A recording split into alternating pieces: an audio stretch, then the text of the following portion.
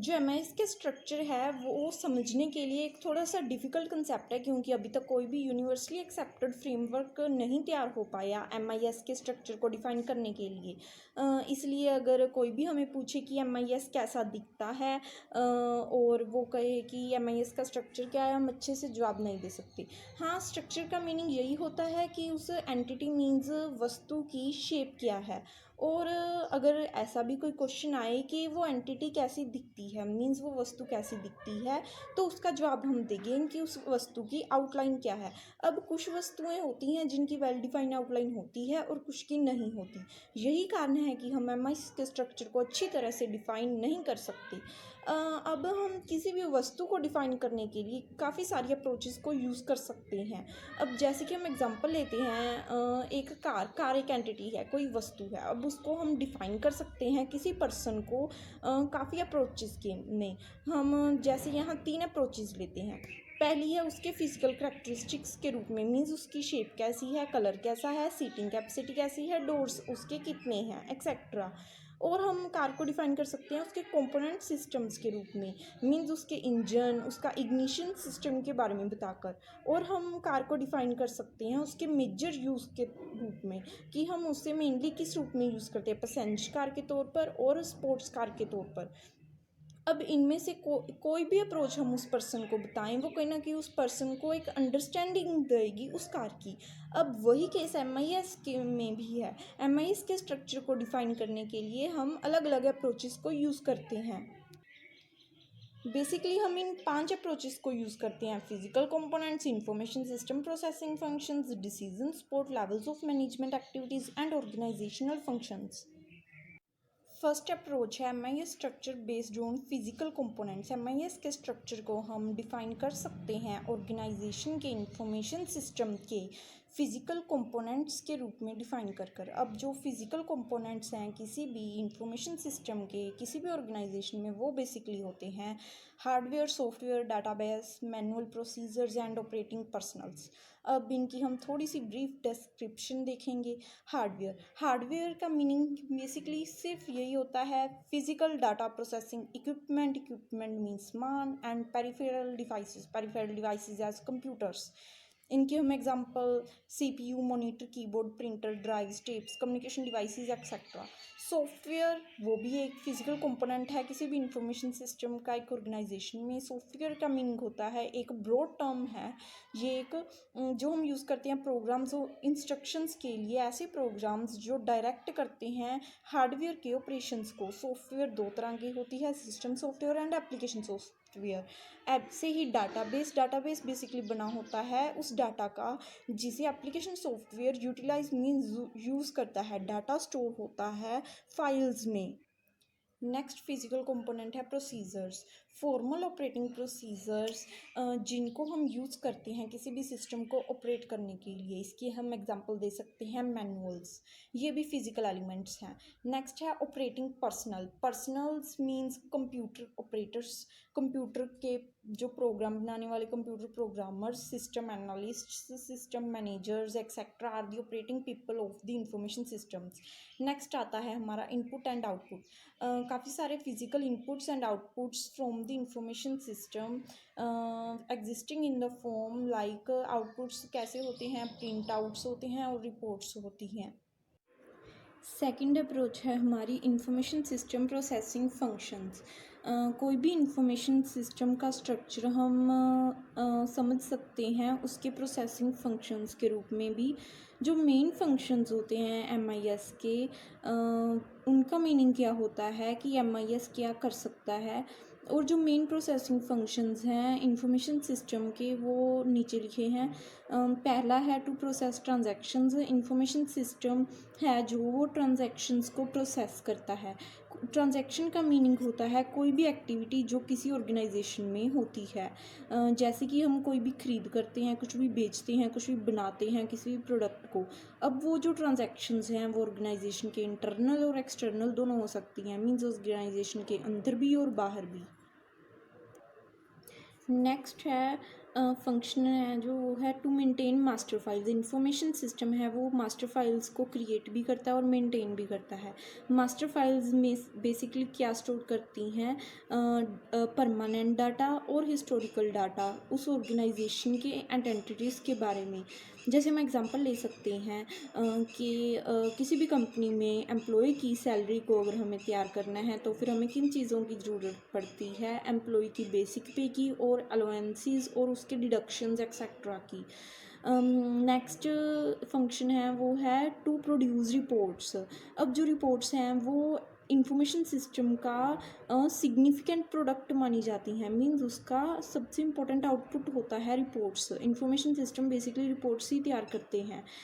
Many reports are produced. अब बहुत सारी रिपोर्ट्स हैं वो रेगुलर बेसिस पर भी बनाई जाती हैं और कुछ उन्हें हम शेड्यूल्ड रिपोर्ट्स बोलते हैं जो रेगुलर बेसिस पर बनाई जाती हैं, जैसे कि हर वीक के बाद। और कुछ रिपोर्ट्स ऐसी भी होती हैं जो एडहोक रिक्वेस्ट्स पर तैयार की जाती हैं। मीन्स कोई भी अभी मांगे कि मुझे रिपोर्ट की ज़रूरत है तो इंफॉर्मेशन सिस्टम उसे तभी रिपोर्ट बना कर देता है। उन्हें हम बोलते हैं एडहोक रिपोर्ट्स। नेक्स्ट फंक्शन है टू प्रोसेस इंक्वायरीज़। अब इंफॉर्मेशन सिस्टम है जो है वो इंक्वायरीज़ को प्रोसेस भी करता है और ऐसी क्वेरीज़ को प्रोसेस करने के लिए इंफॉर्मेशन सिस्टम डाटाबेस को ही यूज़ करता है।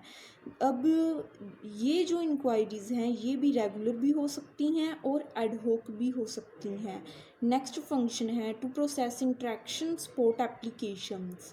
जो इंफॉर्मेशन सिस्टम है उसमें एप्लीकेशंस होती हैं जो डिज़ाइन की जाती हैं सिस्टम्स को सपोर्ट करने के लिए। किन सिस्टम्स को जो प्लानिंग के काम आते हैं, एनालिसिस के काम आते हैं और डिसीजन मेकिंग के काम आते हैं।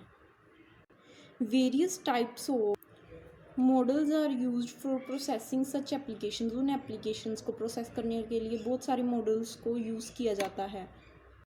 एक छोटी सी डायग्राम, ये डायग्राम इन सभी फंक्शंस को डिफाइन करती है। पहला है प्रोसेसिंग ट्रांजैक्शंस, सेकंड है मेंटेन मास्टर फाइल्स, थर्ड है प्रोड्यूस रिपोर्ट्स, फोर्थ है प्रोसेस इंक्वायरीज, फिफ्थ है process interactive support applications. Next approach है डिसीजन सपोर्ट। एमआईज के स्ट्रक्चर को हम डिस्क्राइब कर सकते हैं कि वो डिसीज़न मेकिंग में कैसी सपोर्ट देता है किसी भी ऑर्गेनाइजेशन में। अब जो डिसीजंस हैं उन पर बहुत ज़्यादा फ़र्क पड़ता है कि उनको बनाने के लिए कैसे स्ट्रक्चर का यूज़ किया गया है। अब जो स्ट्रक्चर्ड डिसीज़न होता है उसे हम प्री प्लान पहले से ही प्लान कर सकते हैं, जबकि जो अनस्ट्रक्चर्ड डिसीज़न होता है उसे हम पहले से ही प्लान नहीं कर सकते। अब जो स्ट्रक्चर्ड डिसीज़न होता है क्योंकि वो वेल डिफाइंड होता है, अच्छी तरह से डिफाइन होता है नेचर में, इसलिए उसे प्रोग्राम किया जा सकता है। जबकि जो अनस्ट्रक्चर्ड डिसीज़न होता है उसे हम नहीं कर सकते प्रोग्राम। हाँ, इसका मीनिंग ये भी नहीं कि हम स्ट्रक्चर्ड डिसीज़न को अगर प्रोग्राम कर सकते हैं, इसका मीनिंग ये भी नहीं है कि डिसीज़न है वो ऑटोमेटेड होगा।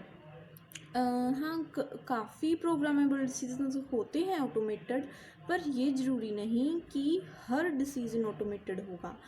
अब जो अनस्ट्रक्चर्ड डिसीज़न है जैसे हम पहले ही बता चुके हैं वो नॉन प्रोग्रामेबल होगा। दूसरी साइड जो स्ट्रक्चर्ड प्रोग्रामेबल डिसीज़न है वो एक रूटीन को टेंड करेगा और फ्रिक्वेंटली रिपीट हो सकता है। जो अनस्ट्रक्चर्ड डिसीज़न है वो ये सब नहीं करेगा। अब ऐसा भी होता है, कोई डिसीज़न ऐसा भी होता है जो थोड़ा सा ज़्यादा स्ट्रक्चर्ड हो और थोड़ा सा कम स्ट्रक्चर्ड हो और उसमें कुछ ऐसे एलिमेंट्स हों जो प्रोग्रामेबल हों और कुछ जो प्रोग्रामेबल नहीं हों। ऐसे डिसीजंस को हम बोलते हैं सेमी स्ट्रक्चर्ड डिसीजंस। जो MIS है वो बहुत सारी मैनेजमेंट एक्टिविटीज़ को भी सपोर्ट करता है किसी भी ऑर्गेनाइजेशन में, इसलिए हम MIS के स्ट्रक्चर को मैनेजमेंट एक्टिविटीज़ के आधार पर भी जो डिस्क्राइब कर सकते हैं। बेसिकली हमें मालूम है कि मैनेजमेंट हायरार्की को 3 लेवल्स में डिस्क्राइब किया जाता है, strategic planning level, management control level and operational control level. जो स्ट्रेटेजिक प्लानिंग लेवल है वो लॉन्ग रेंज कंसिडरेशंस करती है, मींस बहुत दूर की सोचती है, और जो डिसीजंस वो लेती है वो होते हैं कि बिज़नेस की डायरेक्शन क्या होगी, मार्केट की स्ट्रेटजी क्या होगी, एक्सेट्रा। जो सेकंड है मैनेजमेंट कंट्रोल लेवल, उसमें आती हैं कि जो रिसोर्सेज हैं ऑर्गेनाइजेशन के उनको ऑर्गेनाइज करना, काम को स्ट्रक्चर करना, पीपल्स को ट्रेन करना। और जो थर्ड है ऑपरेशनल कंट्रोल, उसका वो मेनली रिलेट होती है शॉर्ट टर्म डिसीजन से। मीन्स वो डिसीजंस लेने जिनका पर हमें अभी काम करना होता है, जैसे कि pricing, production levels, inventory levels etcetera. ये सब क्या है, ये ऑपरेशनल कंट्रोल एक्टिविटीज़ के रिजल्ट्स होते हैं। जो मैनेजमेंट एक्टिविटीज़ होती हैं और जो इंफॉर्मेशन प्रोसेसिंग होती है इन 3 लेवल्स पर, वो आपस में इंटर रिलेटेड होती हैं। हम जैसे एग्जांपल पर कह सकते हैं, इन्वेंट्री कंट्रोल जो ऑपरेशन लेवल पे होती है वो किस पर डिपेंड करती है, अगर अच्छी तरह से ट्रांजैक्शंस की प्रोसेसिंग होगी मैनेजमेंट कंट्रोल लेवल पर। जो decisions made about safety stock and reorder frequency are dependent on correct summarisation of results of operations. जो डिसीजंस लिए जाते हैं safety stock and reorder frequency के बारे में, वो किस पर डिपेंड होते हैं, जो ऑपरेशंस हैं, ऑपरेशंस के जो रिजल्ट्स हैं उनको अच्छी तरह से समराइज करने पर डिपेंडेंट होते हैं। At the strategic level, results in operations and management control are related to strategic objectives, competitor behavior, and so forth to arrive at inventory strategy. Thus, the information system would be different for 3 levels of management hierarchy. इसलिए हम कह सकते हैं कि जो information system है वो management के तीनों लेवल्स के लिए डिफरेंट होते हैं। जो एमआईएस का स्ट्रक्चर है वो हम डिस्क्राइब ऐसे भी कर सकते हैं कि वो उसके ऑर्गेनाइजेशनल फंक्शंस के रूप में। हम यह वैसे कोई स्टैंडर्ड क्लासिफिकेशन नहीं है फंक्शंस की किसी भी ऑर्गेनाइजेशन में, बट हम टिपिकल सेट ऑफ फंक्शंस ले सकते हैं। जैसे किसी भी मैन्युफैक्चरिंग ऑर्गेनाइजेशन में बेसिकली फंक्शंस होते हैं production, sales, marketing, finance, accounting, materials, personal and information systems. अब इन सभी फंक्शंस को हमें पहले भी पढ़ चुके हैं कि इन सभी फंक्शंस के लिए इंफॉर्मेशन नीड्स हैं वो डिफरेंट होती हैं, और इसीलिए हर फंक्शन के लिए जो इंफॉर्मेशन सिस्टम है वो भी डिफरेंट होते हैं। मीन्स हर एक फंक्शन के लिए डिफरेंट इंफॉर्मेशन सिस्टम को डिज़ाइन किया जाता है। More over management information system means MIS है, जो वो होती क्या है, वो इंटीग्रेशन होती है इंफॉर्मेशन सिस्टम्स की ही। जो डिज़ाइन किए जाते हैं इन सभी फंक्शनल सब सिस्टम्स को, ऑर्गेनाइजेशन के फंक्शनल सब सिस्टम्स को सपोर्ट करने के लिए। ईच सब सिस्टम रिक्वायर्स एप्लीकेशंस। हर सब सिस्टम को एप्लीकेशंस चाहिए होती हैं, क्योंकि उस फंक्शन के रिलेटेड जो इंफॉर्मेशन प्रोसेसिंग होती हैं उनको परफॉर्म करने के लिए हर फंक्शन के लिए एप्लीकेशंस चाहिए होती हैं। Within each functional subsystem, हर फंक्शनल सब सिस्टम में there will be applications for transaction processing.